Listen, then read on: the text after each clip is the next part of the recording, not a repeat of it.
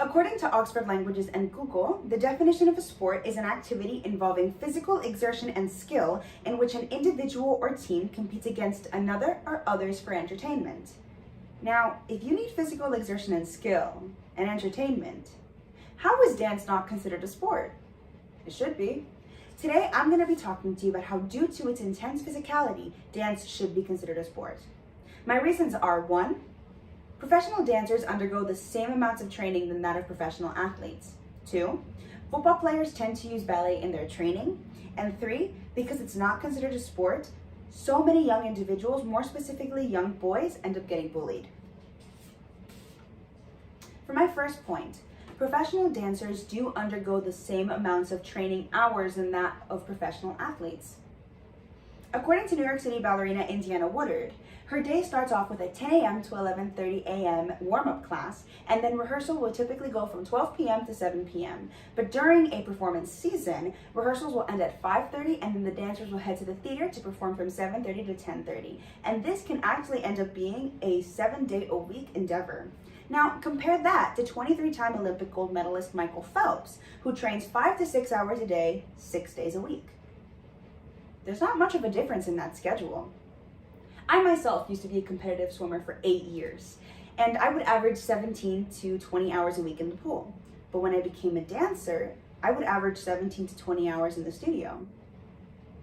They both have their difficulties, but they require the same amounts of effort in order to become proficient in either one.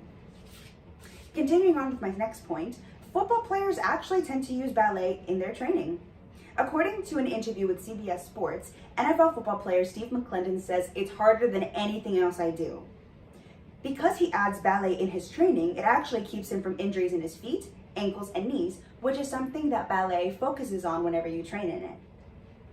According to Ballet Hub, whenever football players use ballet in their training, it helps with their finesse, speed, strength, balance, focus, and flexibility. Actually, ballet dancers and football players tend to use the same muscles in the bottom half of their body, which means that they typically tend to have the same injuries as well. Yet, one is considered a sport and the other one isn't. Interesting. My final point is that because dance is not considered a sport, many young individuals, specifically boys, end up getting bullied. In 2019, Laura Spencer, who was a host on Good Morning America, publicly made fun of Prince George for taking ballet in his school schedule. She said, "Prince William says Prince George absolutely loves ballet. I have news for you, Prince William. We'll see how long that lasts." Her comments on Prince George taking ballet infuriated the Broadway and ballet community because so many of those individuals were bullied growing up. She received so much negativity on social media that she actually had to publicly apologize on Good Morning America the following week and partook in an interview with 3 professional male dancers who were Robbie Fairchild, Fabrice Comels, and Travis Wall, where they expressed their own experience with bullying growing up. Now, as unfortunate as it is with so much bullying going on with your friends, it's even worse when sometimes there isn't even support in the household. According to an interview with HuffPost, Doug Risner, who's a dance professor at Wayne State University, says only 32% of male dancers say their fathers support them dancing. Now, if your friends are bullying you, and then over half of the male dance community says their fathers don't support them dancing, how is a young boy supposed to continue on with that passion? It's incredibly difficult with so much negativity coming around.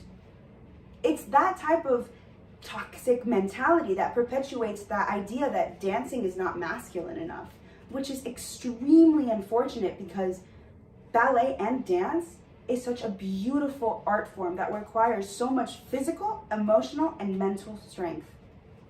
In conclusion, next time you purchase Broadway tickets, head to the New York City Ballet, or even watch the performances at the Grammys. Remember that the dancers that are up there are athletes doing what they do best, and that's dance. Thank you.